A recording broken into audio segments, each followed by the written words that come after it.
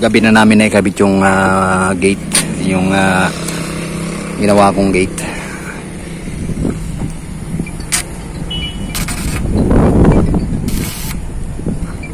Pinatatanggal ko yung brace sa ibabaw.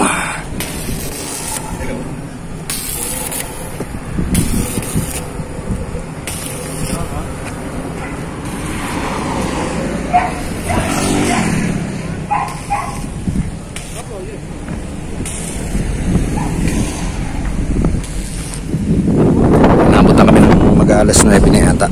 Hindi ko na nabuksan kanina ang cellphone kasi lobat kasi na. Hindi ko na naipakita kung paano ito ikabit.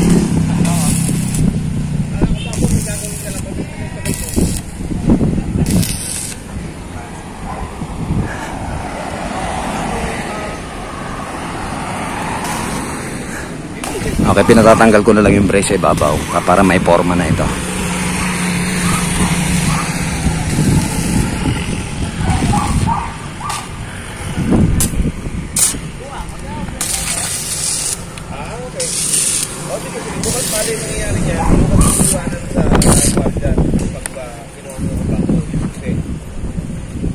Ganito lang ginawa namin kasi kulang yung yung buhos. Iiwanan mo lang dyan sa PTP bukat.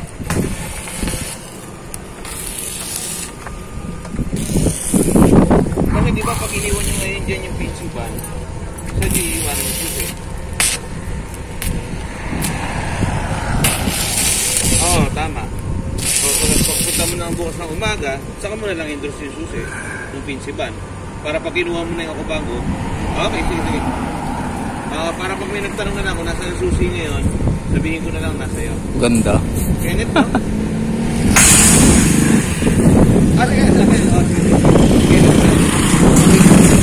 Okay na. Tanggal na. Kalimutan bukas, baka mamaya, pagkakuha ng ako bago, dalhin sa Novaliches. Madalang na rin yung susi ng 50 pa. Okay. Tingnan mo nga, isarado mo nga ulit. Tingnan mo nga ulit kung ano. Dandahan lang kasi tatabingi yan kasi ano yan eh, dalawang paypay sa unang kuwan tatabingi yan. Ayan sinasabi ko lang, tatabingi yan dyan. Ayan. Huh?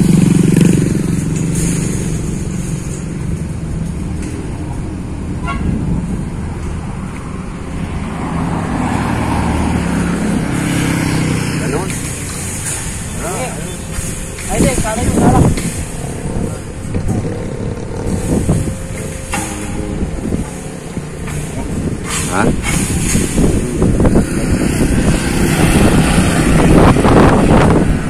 Kapigin yun. Ano na? Ano?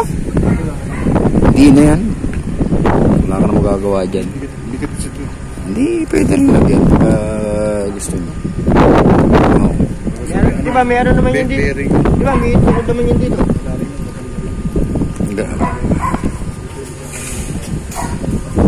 Hindi pagka nalagyan ng ano yan, ang tawag dito, lagyan na ng semento, hindi na masyadong bebengkong yan.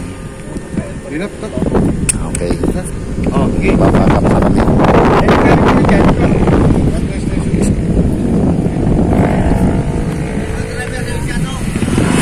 Okay, so naikasana namin yung gate. Ayan.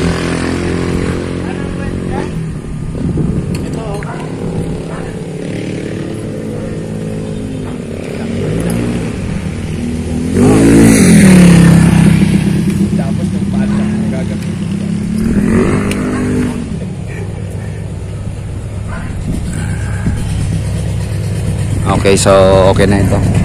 Konting rebesa na lang. Lagayan na lang ng padlock ang lalagay at saka yung mga barrel bolt sa ilalim.